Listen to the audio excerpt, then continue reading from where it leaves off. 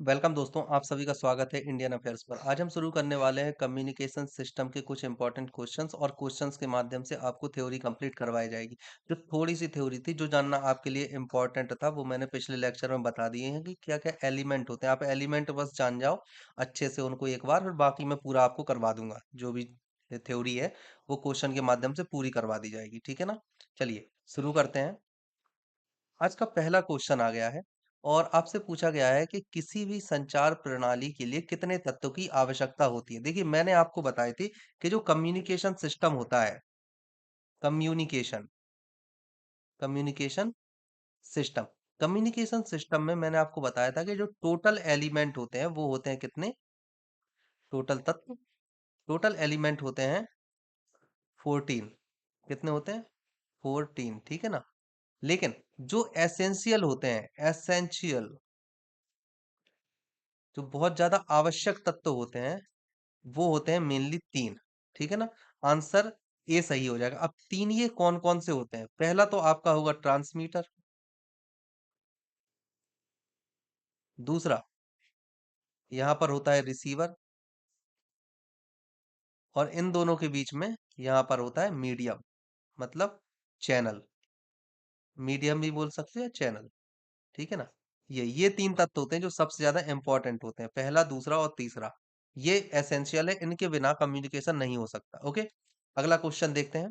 अगला क्वेश्चन है आपका कि निम्नलिखित में से ट्रांसमीटर का उद्देश्य क्या होता है? ट्रांसमीटर का उद्देश्य आपसे पूछा गया, नाम से ही पता चल रहा होगा। ट्रांसमीटर मतलब trans plus emitter, transmitter.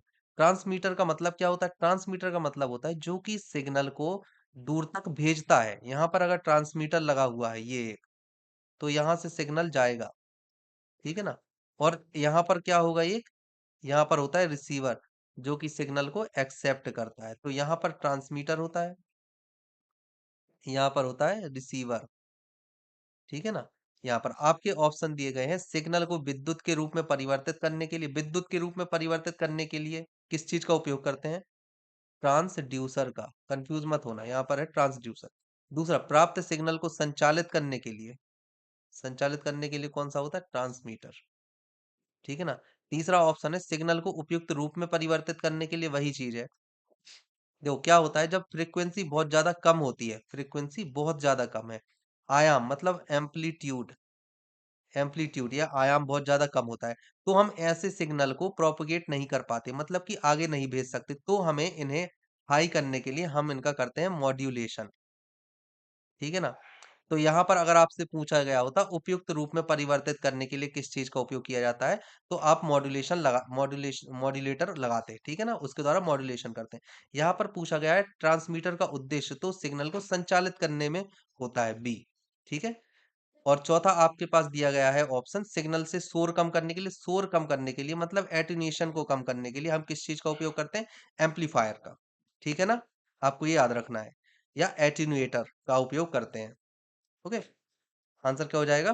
Option C, उपयुक्त रूप में परिवर्तित करने के लिए। नहीं, ट्रांसमीटर का उद्देश्य उपयुक्त रूप में परिवर्तित करना नहीं होता है, प्राप्त सिग्नल को संचालित करने के लिए उपयोग करते हैं, ठीक है। इसका ऑप्शन बी लगा लेना आप, सी गलत है।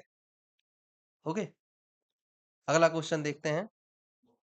निम्नलिखित में से कौन सा एक ट्रांसमीटर के लिए इनपुट हो सकता है? ट्रांसमीटर के लिए इनपुट क्या होता है? अरे पहले से ही हो गया ये, ठीक है, बता देता हूं मैं।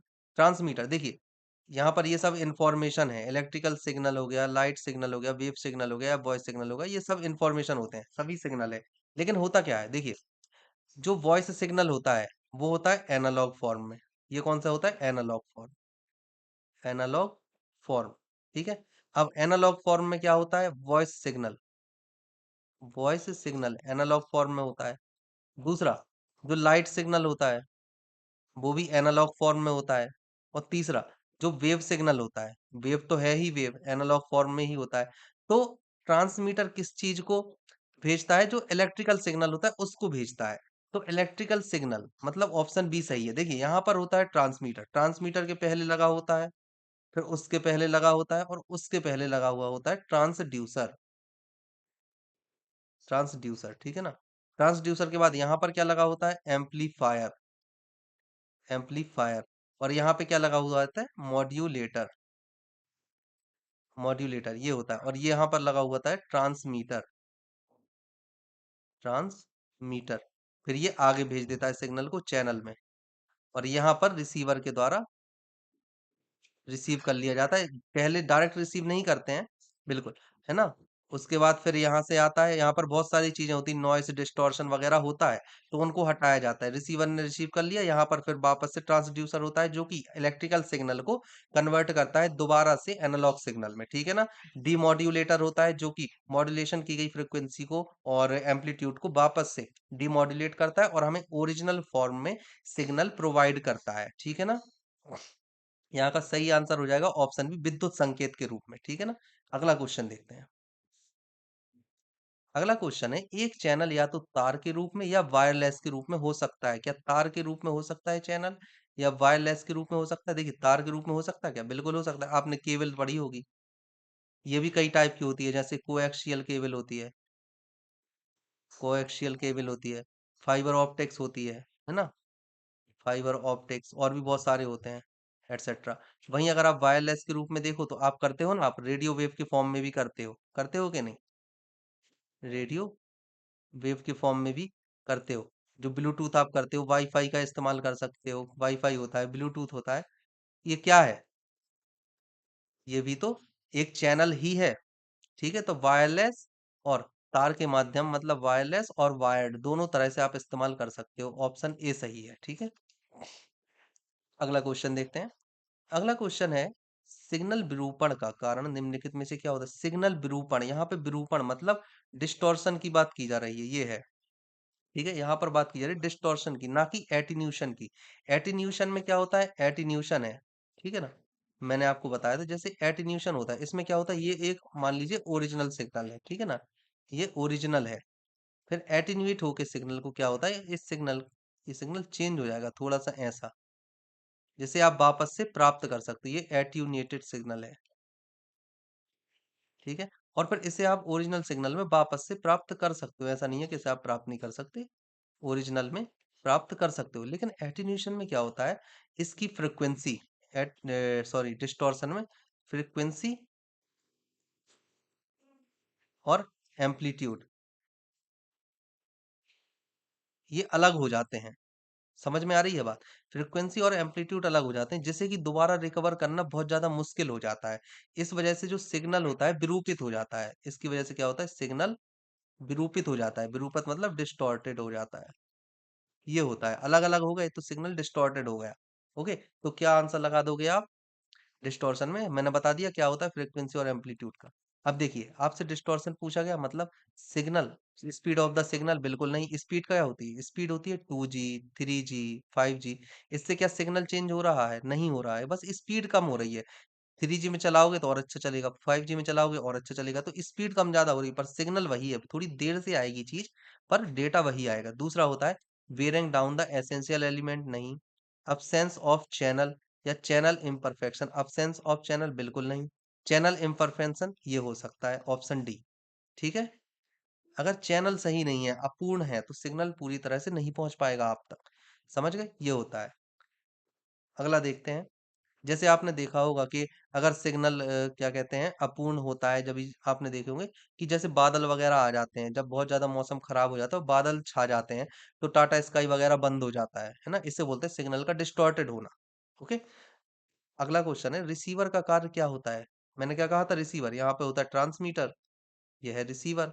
रिसीवर से क्या आती है, रिसीवर के पास आते हैं सिग्नल, जिसे कि एक्सेप्ट करता है। क्या करता है, एक्सेप्ट, रिसीव करता है सिग्नल को। आपके ऑप्शन क्या है, सिग्नल को विद्युत रूप में परिवर्तित करता है, नहीं। ये कौन करता है, मैंने आपको बताया कई बार, ये करता है ट्रांसड्यूसर, ठीक है। दूसरा, ट्रांसमिशन के दौरान शोर को कम करता है, नहीं।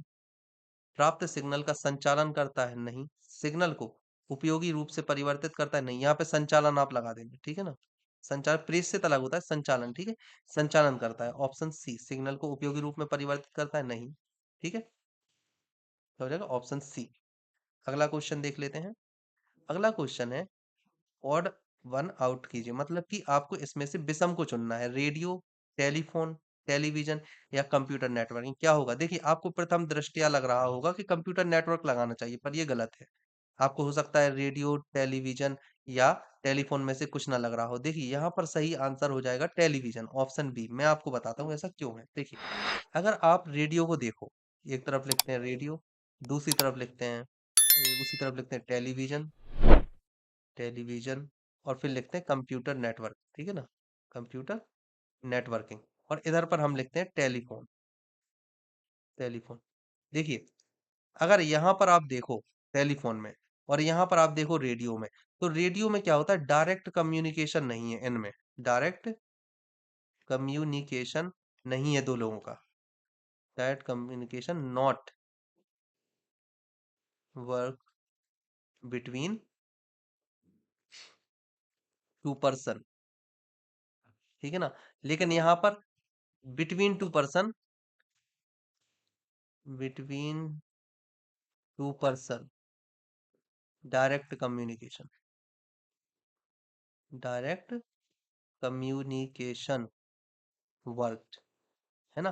कहने का मतलब ये है कि जो टेलीफोन होता है यहाँ पे दो लोगों के बीच में डायरेक्ट कम्युनिकेशन हो रहा है, पर्सन टू पर्सन कम्युनिकेशन हो रहा है। लेकिन रेडियो, टेलीविजन और कंप्यूटर नेटवर्किंग में केवल इंफॉर्मेशन शेयर हो रही है। यहाँ पर क्या हो रही है, यहाँ पर हो रही है इंफॉर्मेशन शेयरिंग, इंफॉर्मेशन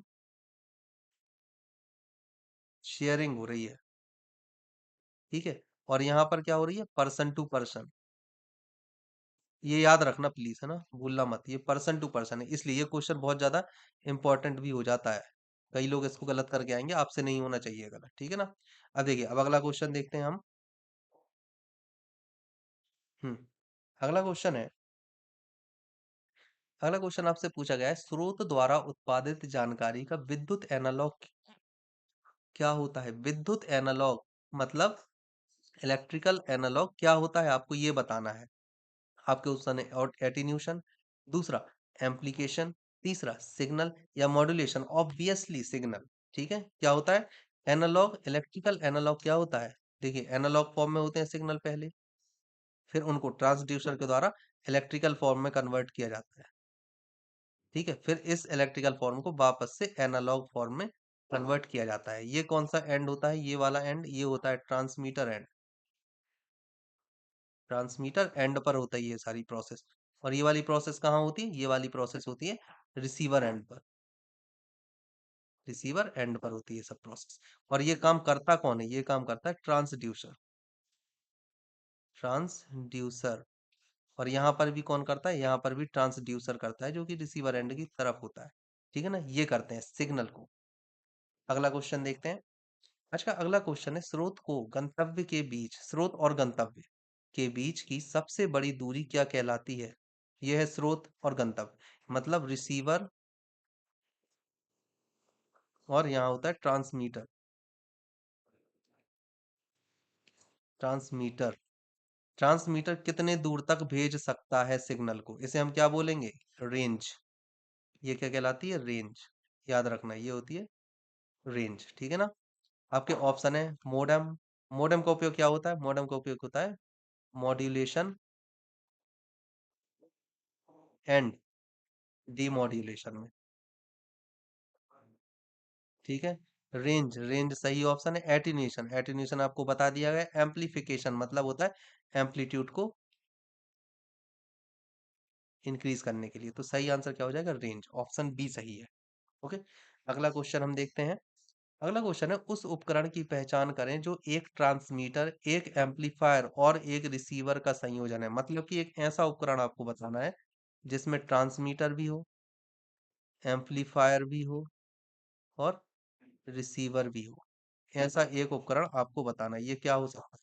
देखिए आपको बताना है multi tandem transmitter, repeater, amplifier या मॉडम। मॉडम मैंने बता दिया, मॉड्यूलेशन और डिमॉड्यूलेशन के लिए उपयोग में लाया जाता है। एम्पलीफायर एम्पलीट्यूड मॉडिफाई एम्पलीफाई करता है। इसका होता है मल्टी टेंडम ट्रांसमीटर, मतलब कि एक से ज्यादा ट्रांसमीट, ऐसा ट्रांसमीटर जिसमें एक से ज्यादा ट्रांसमीटर कनेक्ट होता है उसे बोलते हैं मल्टी टेंडम ट्रांसमीटर।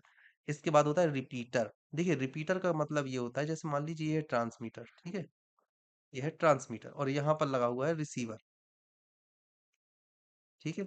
अब ये डिस्टेंस मान लीजिए बहुत ज्यादा है, इन दोनों के बीच की जो डिस्टेंस है वो हाई डिस्टेंस है, अब यहाँ तक अगर कोई सिग्नल जाएगा इस हाई डिस्टेंस तक, तो सिग्नल के डिस्टॉर्टेड होने के चांसेस बहुत ज्यादा होते हैं। जितने दूर आप सिग्नल भेजोगे, सिग्नल के उतने ही ज्यादा नुकसान पहुंचने के चांसेस हो जाते हैं। तो इन सिग्नल को समय समय पर वापस से इंक्रीज करने के लिए बीच बीच में कुछ इस तरह की डिवाइसेस लगाई जाती हैं एक पर्टिकुलर डिस्टेंस पर, जो कि जब सिग्नल इस पहली डिवाइस के पास पहुंचता है, तो ये सिग्नल को जो भी खराबी आई है उसे वापस ठीक करता है और सिग्नल को आगे बढ़ा देता है। वही काम दूसरा वाला करता है और फिर सिग्नल को आगे बढ़ा देता है, और वही काम फिर तीसरा वाला करता है और सिग्नल को आगे बढ़ा देते हैं।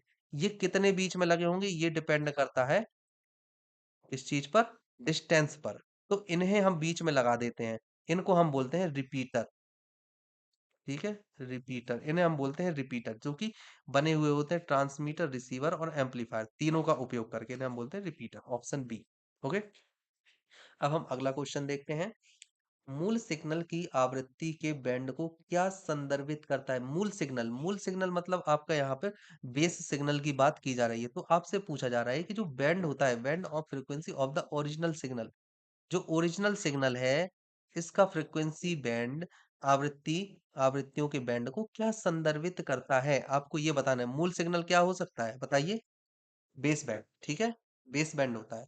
अगला क्वेश्चन देखते हैं। अच्छा, आप जानते हो रेंज, ब्रॉडबैंड या बैंडविड्थ क्या होती है? आई होप कि जानते होगे आप। ठीक है, अगला, एक्स उस आवृत्ति रेंज की संदर्भित, एक्स उस देखिए यहाँ पर आपको एक्स दे दिया, आपको बताना है एक्स क्या है। उन्होंने एक्स के बारे में आपको जानकारी दी है कि एक्स उस आवृत्ति रेंज को संदर्भित करता है। पहली बात तो एक्स क्या है? एक आवृत्ति रेंज, मतलब एक्स एक आवृत्ति रेंज है, संदर्भित है जिस पर उपकरण संचालित होते हैं, उपकरण संचालित हो सकते हैं, या वह सीमा जिस पर सिग्नल के आवृत्तियां भिन्न भिन्न होती है, या वह सीमा एक रेंज है जहां पर की सिग्नल की आवृत्ति चेंज हो जाती है। तो वो क्या होगा? क्या होगा? एक्स। आपको ये बताना है, ठीक है ना? 12th नंबर का क्वेश्चन है। आपके ऑप्शन है, रेंज होगा, रिपीटर होगा, बैंडविथ होगा, या फिर बेस बैंड होगा। क्या होगा? बैंडविथ। ओके, देखिए बैंडविथ होती क्या है? बैंडविथ कहलाती है, जैसे मान लीजिए आपको एक टेलीविजन बैंडविथ दे दिया, टेलीविजन के लिए दे दिया, एफएम के लिए आपको दे दिया बैंडविथ, ठीक है ना? अब देखिए यहाँ पर टेलीविजन के लिए 6 किलो हर्ट्ज की बैंडविथ दी गई है। वहीं अगर आप बात करते हैं एफएम रेडियो के लिए, तो 88 से 108 के बीच की दी गई है एफएम रेडियो के लिए। तो इसे बोलते हैं हम बैंडविथ। ये होती है बैंडविथ, मतलब कि जो टेलीविजन चैनल्स हैं जो ब्रॉडकास्ट हो रहे हैं, और उसका वो उसे उन्हें इन बीच के 6 किलो हर्ट्ज के बीच की आवृत्ति दे दी जाएगी। एफएम रेडियो होता है जैसे 88 से 108 हर्ट्ज के बीच की आवृत्ति दे दी जाएगी। ये होता है, ये क्या होता है? ये हर्ट्ज होता है, ठीक है ना? और ये होता है किलो हर्ट्ज, याद रखना है आपको। अब देखिए ये उसी तरह से, जैसे मान लीजिए कोई आपने देखा होगा टोल टैक्स होता है, ठीक है ना? यहाँ पर आपने सुना होगा 6 लाइन भी होती है, कहीं कहीं, कहीं 4 लाइन्स भी होती हैं, तो कहीं 16 लाइन्स भी होती है ना? तो ये डिपेंड, अब यहाँ से 6 लाइन मतलब 6 व्हीकल ही एक बार में जा सकते हैं। यहाँ पर 4 लाइन मतलब 4 व्हीकल ही एक बार में जा सकते हो ना। 16 लाइन मतलब कि केवल 6 व्हीकल ही एक बार में जा सकते हैं। तो कहने का मतलब ये है कि बैंडविथ भी ऐसी होती है। अब जैसे यहाँ पर टोल में 6 लाइन दे दी, 6 व्हीकल, तो इसकी बैंडविथ मान लीजिए 6 हो गई, 6 से ज्यादा नहीं जा सकते। और अगर बीच में जाएंगे, ज्यादा जाएंगे, तो टक्कर हो जाएगी, सिग्नल कमजोर हो जाएगा, डिस्टॉर्टेड हो जाएगा। वहीं दूसरी तरफ 4 लाइन में 4 हो गई इसकी बैंडविड्थ और इसकी 16 हो गई। उसी तरह से बैंडविड्थ होती है टेलीविजन के लिए। अगर 6 दी है तो इन्हीं 6 में से टेलीविजन जाएगी। इससे ज्यादा अगर आप जरूरत से ज्यादा चीजों को आप निकालोगे इस बैंडविड्थ में से, तो चैनल, तो सिग्नल के डिस्टॉर्टेड होने का टाइम, डिस्टॉर्टेड होने के चांसेस बढ़ जाते हैं। इसे हम बोलते हैं बैंडविड्थ। ओके, अगला क्वेश्चन है। ट्रांसमीटर एक उपकरण है जो संचार चैनल के आउटपुट पर प्राप्त सिग्नल से मूल संदेश, सिग्नल को पुनर्प्राप्त करता है। पुनर्प्राप्त करता है ट्रांसमीटर। ट्रांसमीटर क्या करेगा? पुनर्प्राप्त करेगा। देखिए ट्रांसमीटर क्या करता है आप जानते हो, ट्रांसमीटर होता है और एक होता है रिसीवर। रिसीवर क्या करता है? रिसीवर करता है पुनर्प्राप्त, सिग्नल को रिसीव करता है, और ट्रांसमिट भेजता है, ये प्रेषक होता है, और ये वो होता है रिसीवर, रिसीव करता है, मतलब ये क्या है? गलत। ओके, अगला क्वेश्चन देखते हैं।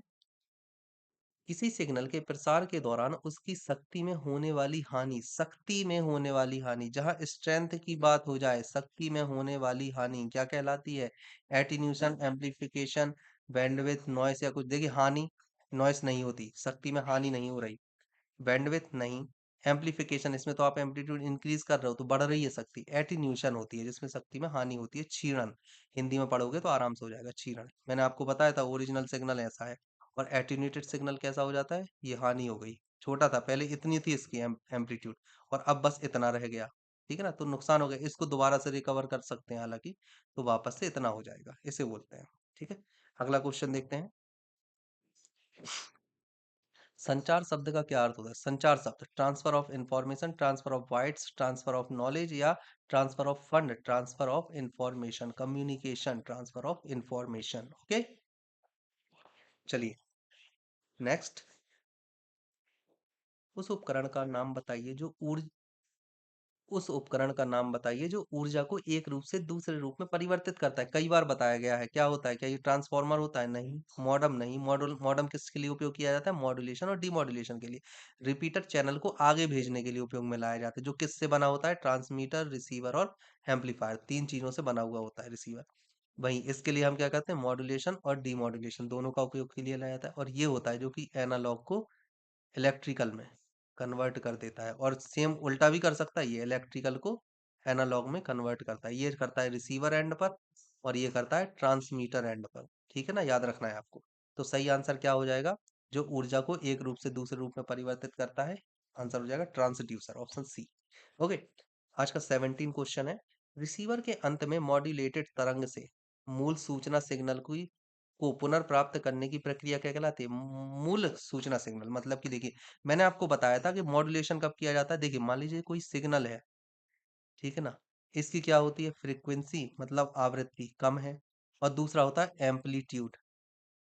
एम्पलीट्यूड ये भी कम है, तो ऐसे सिग्नल को नहीं भेज सकते, आसानी से नहीं भेजा जा सकता, आसानी से नहीं भेजा जा सकता। तब इसको भेजने के लिए हम यहाँ पर कनेक्ट करेंगे एक मॉडम। ठीक है, मॉडम मॉड्यूलेशन, ये क्या करता है? ये मॉड्यूलेशन कर देता है, और यहाँ पर हमें जो सिग्नल मिलेगा, ये क्या मिलेगा? मॉड्यूलेटेड सिग्नल मिलता है यहाँ पर हमें। कैसा मिलता है? मॉड्यूलेटेड सिग्नल हमें मिलता है। ओके, अब इसको, ये पूरी जो प्रक्रिया है ये होती है ट्रांसमीटर एंड पर। ये जो पूरी प्रक्रिया है, ये पूरी प्रक्रिया होगी ट्रांसमीटर एंड पर। ट्रांसमीटर एंड पर होती है पूरी प्रक्रिया।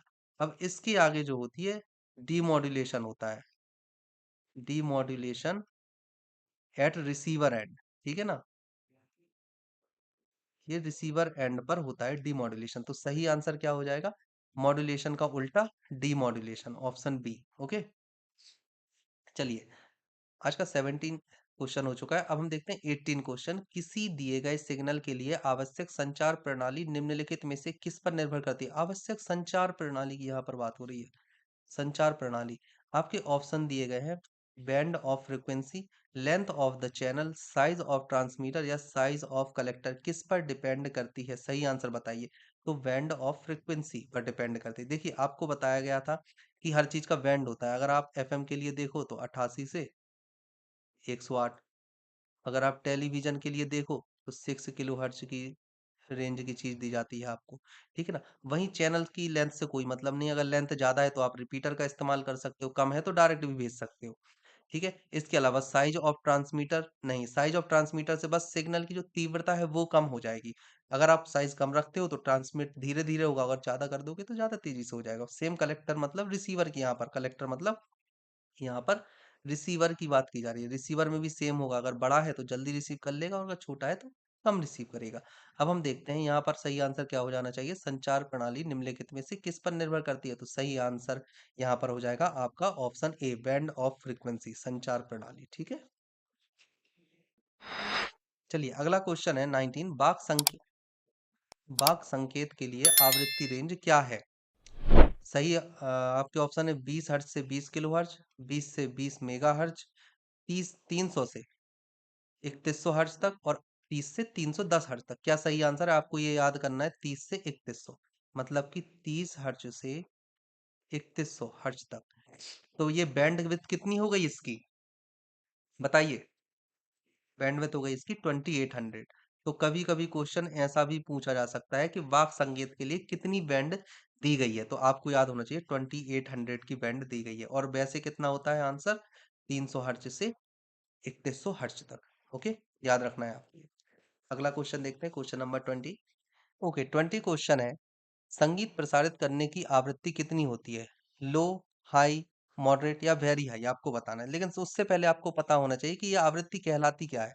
अगर आप लो फ्रिक्वेंसी की बात करते हो, तो लो कितनी हो जाएगी? लो हो जाती है 20 हर्ट्ज से, जहां से हम सुन सकते हैं 20 हर्ट्ज से लेकर 250 हर्ट्ज तक हो जाएगी। वहीं अगर आप बात करते हो मॉडरेट की, तो मॉडरेट हो जाएगी 250 हर्ट्ज से लेकर हो जाती है 4 किलो हर्ट्ज तक। इसके बाद में आपको बात करनी है हाई की, तो हाई कितनी हो जाएगी? हाई हो जाती है 4 किलो हर्ट्ज से लेकर 20 किलो हर्ट्ज तक।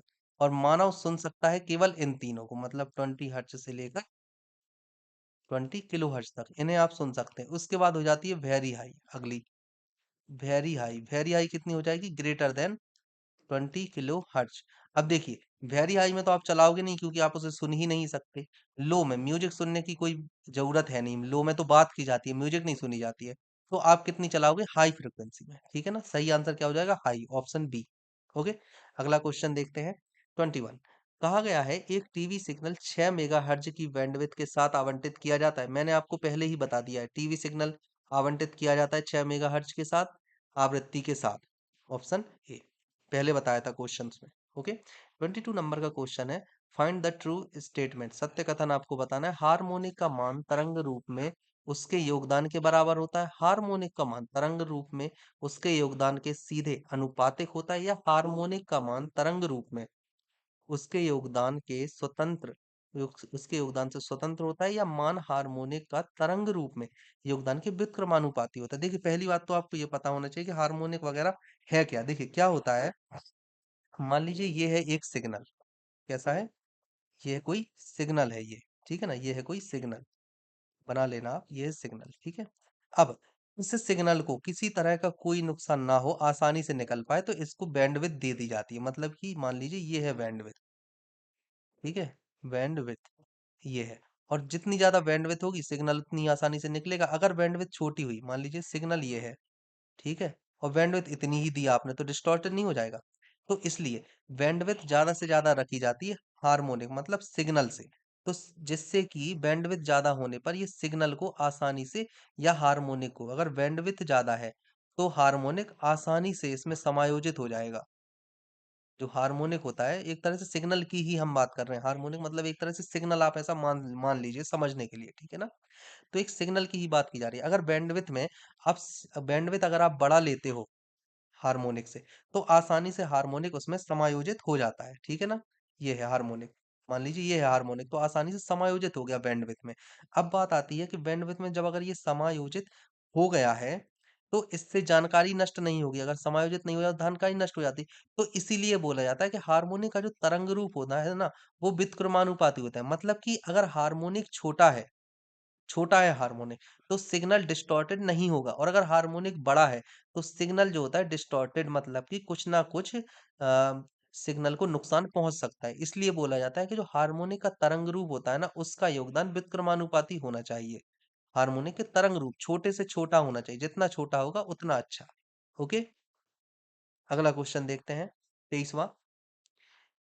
निम्नलिखित में से कौन सा संचरण का माध्यम नहीं है? संचरण मतलब प्रोपोगेशन, संचरण का माध्यम नहीं है। किस चीज का आपसे पूछा जा रहा है? प्रोपोगेशन का, ठीक है, ट्रांसमिशन या प्रोपोगेशन का आपसे पूछा जा रहा है। ओके, अब देखिए संचरण हो रहा है, वायर वायर के द्वारा आप कर सकते हो, बिल्कुल फ्री स्पेस में करते ही हो आप, सैटेलाइट वगैरह, फाइबर ऑप्टिक्स बिल्कुल करते हो आप। तो क्या नहीं है? माइक्रोवेव सिस्टम, माइक्रोवेव सिस्टम इसे क्या खाना गर्म करने में उपयोग में लाया जाता है। अगला क्वेश्चन देखते हैं, 24वां। मुक्त स्थान के माध्यम से संचार के लिए रेडियो आवृत्तियों की सीमा निम्नलिखित में से कौन सी है? बताइए कौन सी है?